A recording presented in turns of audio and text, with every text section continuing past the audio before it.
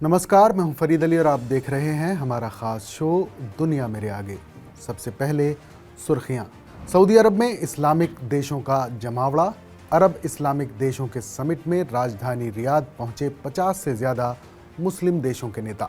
Saudi crown Prince Mohammad बिन सलमान बोले, गजा में नरसंहार कर रहा इजराइल, ईरान पर हमला न करने की भी दी चेतावनी। हिजबुल्लाह ने इजराइल पर दागे 165 रॉकेट, 7 लोग घायल। पोर्ट सिटी हाइफा पर भी किया 90 रॉकेट से हमला। आईडीएफ ने किया रॉकेट लॉन्चर्स को नष्ट करने का दावा। रूस का यूक्रेन पर ड्रोन और बैलिस्टिक मिसाइल से हमला, 6 लोगों की मौत, 30 से ज्यादा घायल, ग्लाइड बम भी दागे गए। डोनाल्ड ट्रंप ने सांसद माइक वॉल्ट्ज को बनाया एनएसए। चीन के विरोधी और भारत से दोस्ती रखने के हिमायती हैं माइक वॉल्ट्ज। अमेरिका के विदेश मंत्री बन सकते हैं मार्को रूबियो। चीन, ईरान, वेनेजुएला और क्यूबा को लेकर कठोर रुख रखते हैं और रूस के खिलाफ भी कई बयान दे चुके हैं मार्को रूबियो।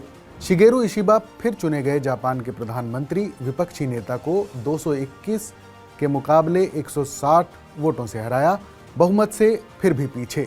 मॉरिशस चुनाव में नवीन रामगुलाम की पार्टी को मिली जीत। पीएम प्रविंद जुगनाथ की पार्टी सभी सीटें हारी। ऑडियो टेप लीक होने से हुआ नुकसान। और अब आज की बड़ी खबर। सऊदी अरब में इस्लामिक देशों का जमावड़ा जारी है। सऊदी सेना प्रमुख ईरान में हैं। क्राउन प्रिंस मोहम्मद बिन सलमान और ईरान के राष्ट्रपति मसूद पेजेश्कियान के बीच कुछ खास बातचीत भी हुई है। ऐसे में ये कयास लगाए जा रहे हैं कि आखिर अमेरिका के दुश्मन के साथ उसका दोस्त सऊदी अरब क्या खिचड़ी पका रहा है और क्या आने वाले दिनों में गजा और लेबनान में जंग लड़ रहे इजराइल की मुश्किलें भी बढ़ सकती हैं। सोमवार को शुरू हुए अरब इस्लामिक देशों के इस सम्मेलन में सऊदी क्राउन प्रिंस मोहम्मद बिन सलमान ने गजा और लेबनान में इजराइल की सैन्य कार्रवाई को फौरन रोकने की मांग की है। उन्होंने गजा में इजरायली हमले को जनसंहार करार देते हुए आज़ाद फिलिस्तीन देश की स्थापना की मांग रखी है। सऊदी अरब की राजधानी रियाद में हो रहे इस अरब इस्लामिक देशों के समिट में फिलिस्तीन के राष्ट्रपति महमूद अब्बास और तुर्की के राष्ट्रपति रजब तैयब अर्दोआन समेत 50 से ज़्यादा देशों के नेता शिरकत कर रहे हैं।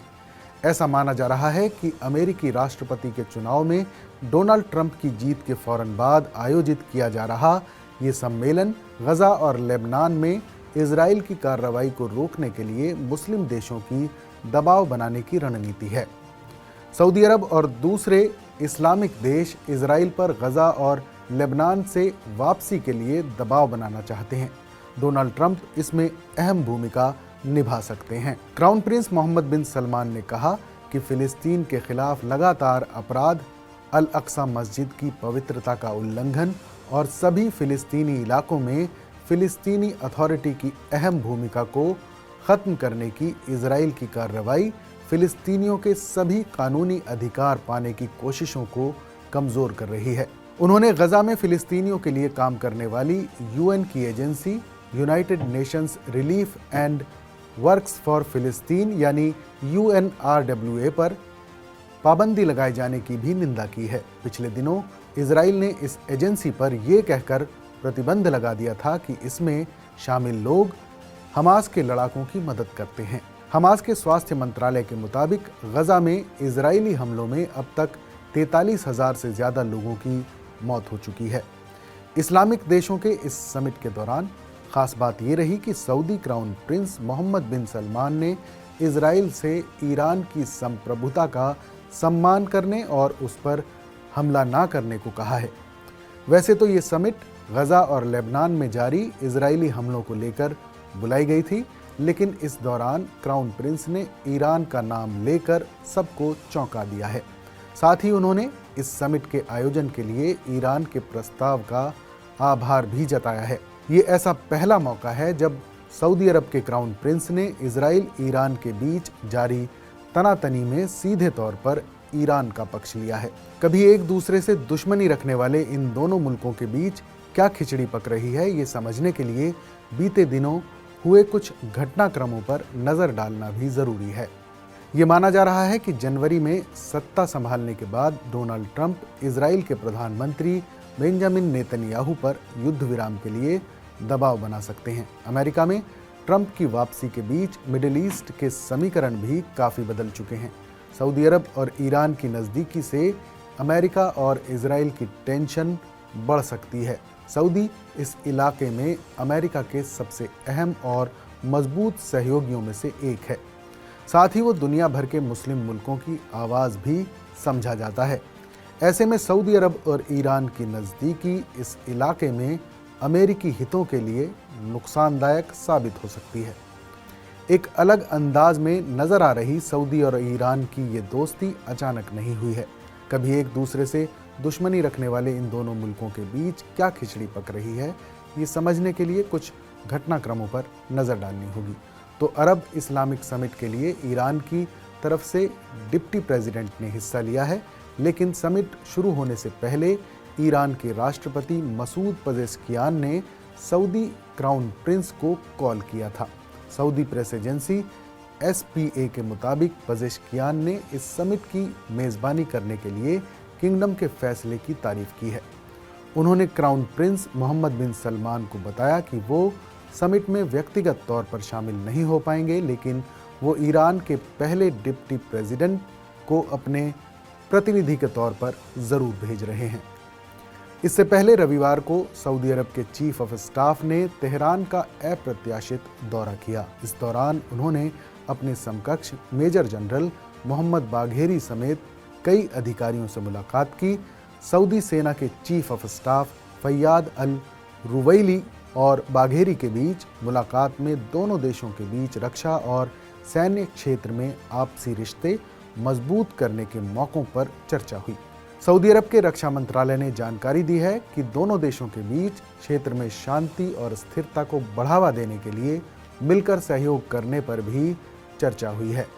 खबर यह भी है कि ईरानी सेना के chief of staff Mohammad Bagheri ने अगले साल होने वाले ईरानी नौसेना के अभ्यास में सऊदी नेवी को भी शामिल होने का न्योता दिया है। उन्होंने कहा कि हम चाहते हैं कि सऊदी अरब की नेवी अगले साल होने वाले ईरान की नेवल एक्सरसाइज में शामिल हो, चाहे प्रतिभागी के तौर पर या फिर ऑब्जर्वर के तौर पर। ईरान मामलों के एक्सपर्ट मानते हैं कि सऊदी और ईरान सेना प्रमुखों के बीच हुई इस मुलाकात को दोनों देशों के रिश्तों को एक कदम आगे बढ़ाने के तौर पर माना जा सकता है। उन्होंने कहा कि दोनों देश आपसी भरोसा कायम करने में जुटे हुए हैं, जिससे इलाके में उभरने वाले सामूहिक खतरे से मिलकर लड़ा जा सके।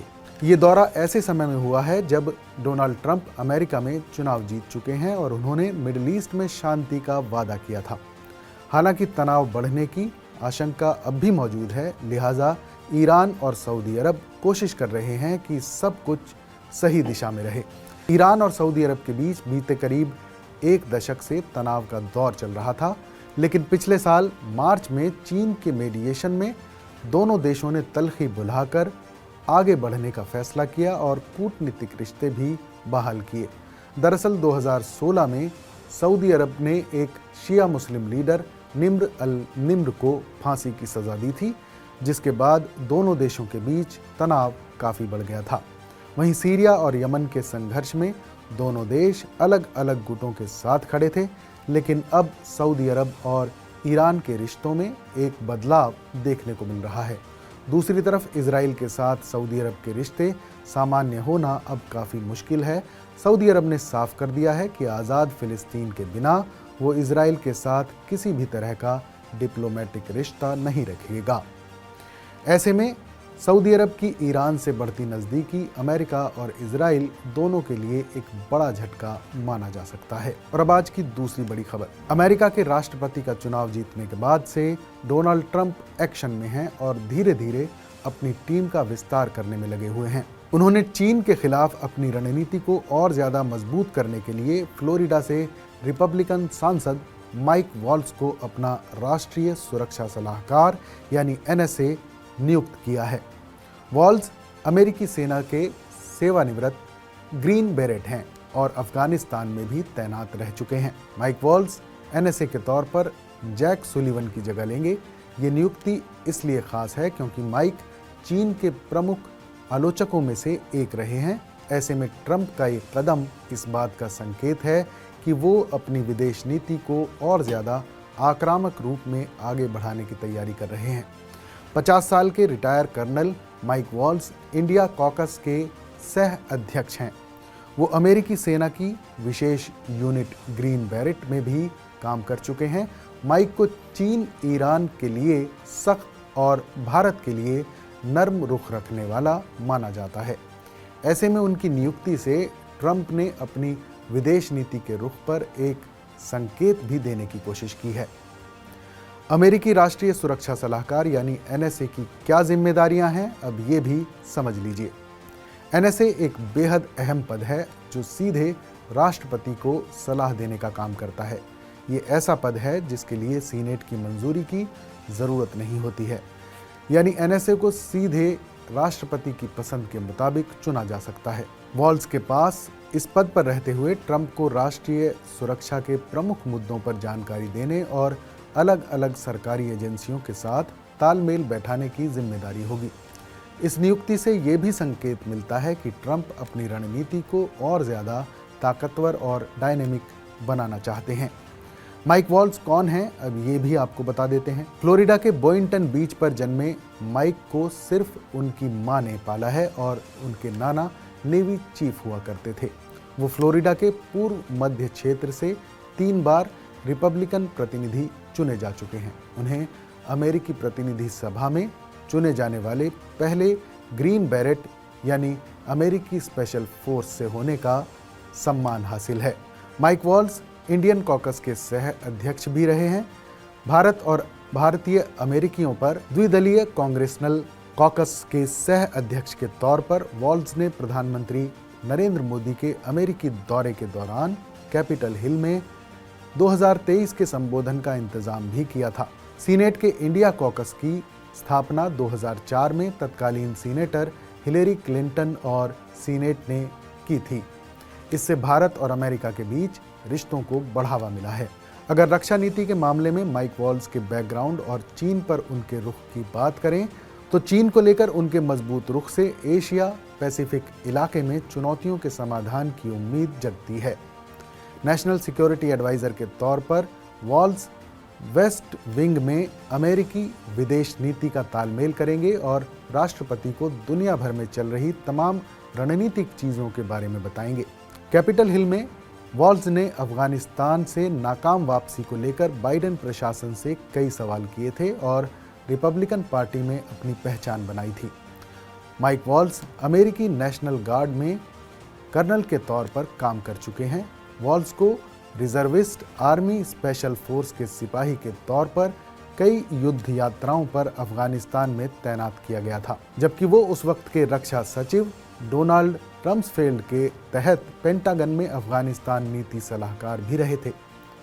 मिलिट्री सर्विसेज के दौरान वॉल्स को 4 ब्रॉन्ज स्टार्स से भी सम्मानित किया गया था। इससे अलग माइक की एक अपनी छोटी कंपनी भी है जिसका नाम मेटिस सॉल्यूशन है। ये कंपनी डिफेंस और इंटेलिजेंस कंसल्टिंग फर्म के तौर पर काम करती है।